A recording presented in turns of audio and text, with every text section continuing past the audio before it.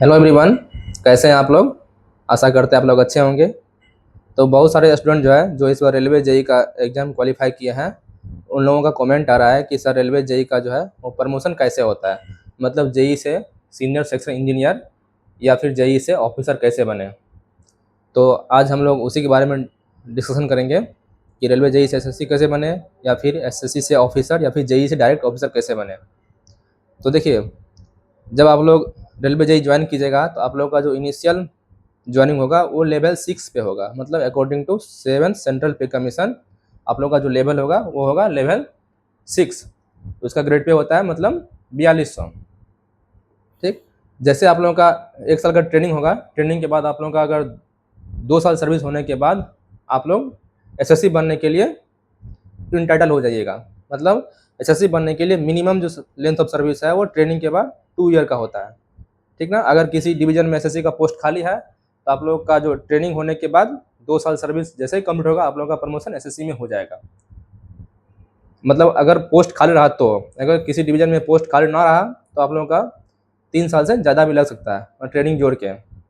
मतलब minimum qualifying जो SSC बनने के लिए है वो है 1 साल का ट्रेनिंग प्लस 2 ईयर सर्विस। मतलब 3 साल में आप एसएससी बनने के लिए इंटाइटल हो जाइएगा, अगर उस कैडर में सीट एसएससी का वैकेंट रहा तो। ये तो रहा जेई से एसएससी बनने का।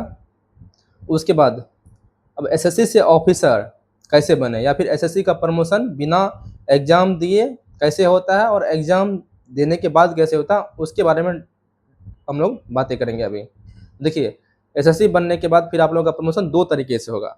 एक होगा लिमिटेड डिपार्टमेंटल कॉम्पिटिटिव एग्जामिनेशन के थ्रू। ठीक ना। पहले हम लोग एलडीसी के बारे में बात कर लेते हैं। तो देखिए, लिमिटेड डिपार्टमेंट जो है वो 2 तरह से आता है। एक आता है 70%, एक आएगा 30%। तो 70% जो है वो होता है सीनियरिटी बेसिस पे, मतलब उसके लिए लेंथ ऑफ सर्विस जो है 3 ईयर होता है। एग्जाम अभी 70% में आप लोग सब इंटाइटल हो जाएगा, 3 साल सर्विस होगा तो आप लोग 70% का एग्जाम दे सकते हैं। ठीक। लेकिन उसका जो मेरिट बनेगा, उसका मिनिमम क्वालिफाइंग जो मार्क्स है वो 60% होता है। अगर आप लोग 60% मार्क्स ले आइएगा, उसके बाद जितना भी कैंडिडेट 60% से ऊपर मार्क्स लाया है सभी क्वालिफाई हो जाएंगे डॉक्यूमेंट वेरिफिकेशन और मेडिकल के लिए। लेकिन बाद में जो सीनियरिटी बनेगा या फिर मेरिट लिस्ट बनेगा वो बनेगा अकॉर्डिंग टू सीनियरिटी। अगर कोई एसएससी आपसे सीनियर है और उसका लेंथ ऑफ मतलब सीनियर है और उसका मार्क्स जो है वो आपसे कम है, तो पहले उसको लेगा, अगर वो 60% मार्क्स ला के क्वालिफाई है तो। अगर आप चाहे 80 मार्क्स से क्यों ना ले आए, लेकिन आप उससे जूनियर है तो आप उसके पीछे आ जाइएगा, वो आप मेरिट में आपसे ऊपर चले जाएगा। ये होता है 70%। ठीक। एलडीसी में 2 तरह का एग्जाम होता है, एक 70% जिसके बारे में हम लोग अभी बात किए, एक होता है 30%। तो 30% में जो है मिनिमम लेंथ ऑफ सर्विस जो है वो होता है 5 ईयर। मतलब अगर आपका लेंथ ऑफ सर्विस 5 ईयर हो गया है, और इसमें जो है डिपार्टमेंटल एग्जाम में आपका ट्रेनिंग जो इंक्लूड होता है, मतलब ट्रेनिंग भी आपका काउंट होगा लेंथ ऑफ सर्विस में। तो 30% में जो है आपका 5 ईयर सर्विस चाहिए। 5 ईयर के बाद आप एग्जाम दे सकते हैं एलडीसी का, अगर वैकेंसी आया यही के लिए तो आप लोग दे सकते हैं। उसमें क्या होता है, डिपेंड अपॉन मार्क्स, आपका मार्क्स जैसा आएगा उस हिसाब से आपका मेरिट बनेगा। जो ज़्यादा मार्क्स लेके आएगा उसका मेरिट उससे आगे बनेगा, जो कम आएगा उसका आपसे पीछे बनेगा। मतलब ये होता है एग्जाम के बेसिस पे। मतलब आपका प्रमोशन जो लेवल है वो होगा जी से एसएससी बनिएगा। एसएससी के बाद 2 तरीके से, एक एलडीसी और एक जनरल प्रमोशन, वो बाद में बताएंगे, पहले एलडीसी के बारे में। तो जैसे आप लोग एलडीसी का एग्जाम 70% या फिर 30% क्वालिफाई कीजिएगा तो आप लोगों का पोस्ट जो होगा वो होगा एई, असिस्टेंट इंजीनियर। ठीक। अगर कोई इलेक्ट्रिकल डिपार्टमेंट का है तो उसका होगा नाम असिस्टेंट इलेक्ट्रिकल इंजीनियर। अगर मैकेनिकल का है तो असिस्टेंट मैकेनिकल इंजीनियर। सिविल का है तो असिस्टेंट इंजीनियर। ठीक। और इसका जो ग्रेड पे होगा, या फिर इनिशियल में आपका जो ग्रेड पे होगा 4800 होगा, और बाद में आपका जो ग्रेड पे 2 साल के बाद आप लोगों का ग्रेड पे 5400 हो जाएगा। ठीक। जैसे एग्जाम क्वालिफाई कीजिएगा आप लोगों का बन जाएगा असिस्टेंट इंजीनियर 4800, और उसके बाद फिर आपको 5400 मिल जाएगा।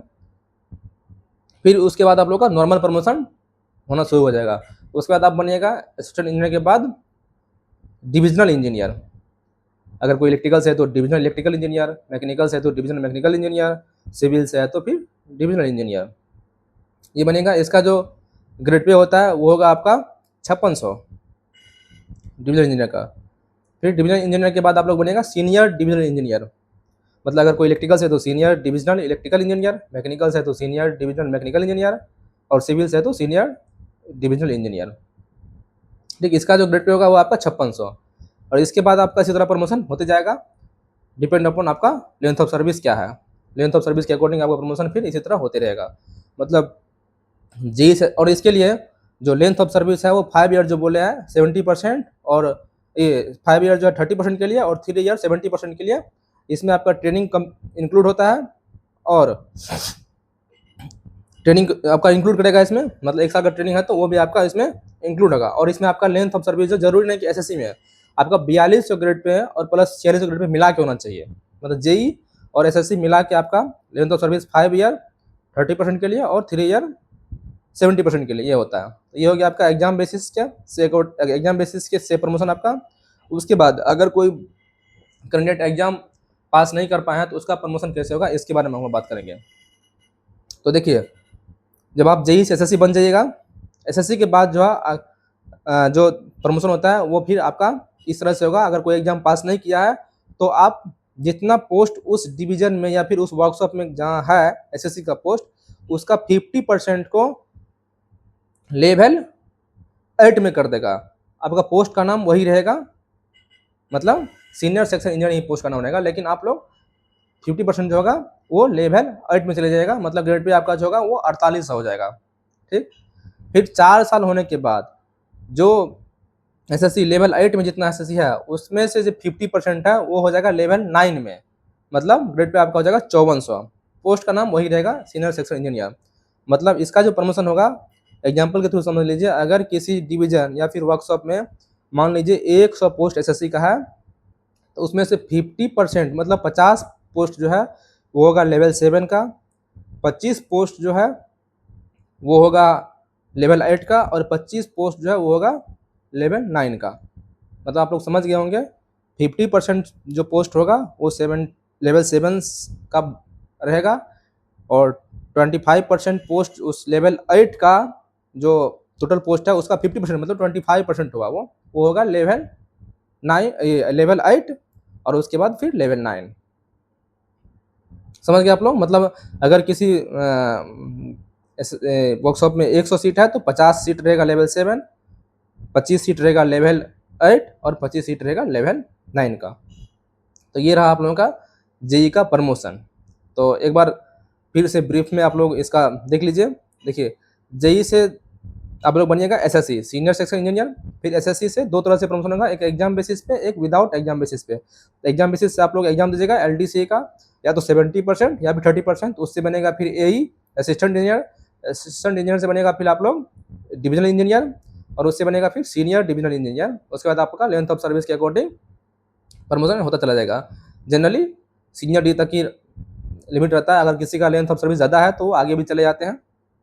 और इसके बाद जो एग्जाम पास नहीं किया उसके लिए फिर लेवल 7 में जितना पोस्ट है उसका 50% को लेवल 8 में, और लेवल 8 का 50% को लेवल 9 में कर दिया जाएगा।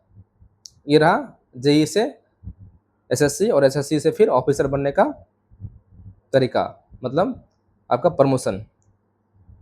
ठीक, आशा करते हैं आप लोगों को समझ आ गया होगा। अगर समझ में नहीं आया होगा तो आप लोग कमेंट कीजिए, मैं आप लोगों को कमेंट के माध्यम से बताऊंगा।